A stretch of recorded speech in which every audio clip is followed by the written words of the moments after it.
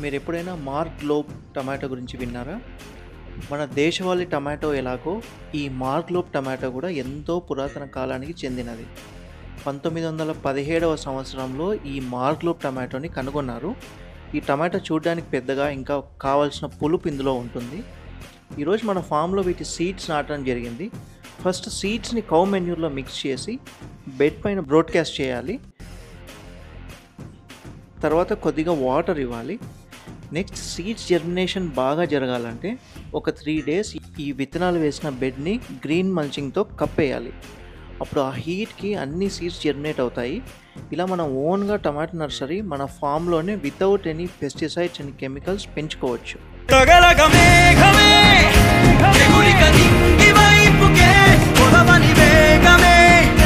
అడుగుల చూపటానికే మరిచిన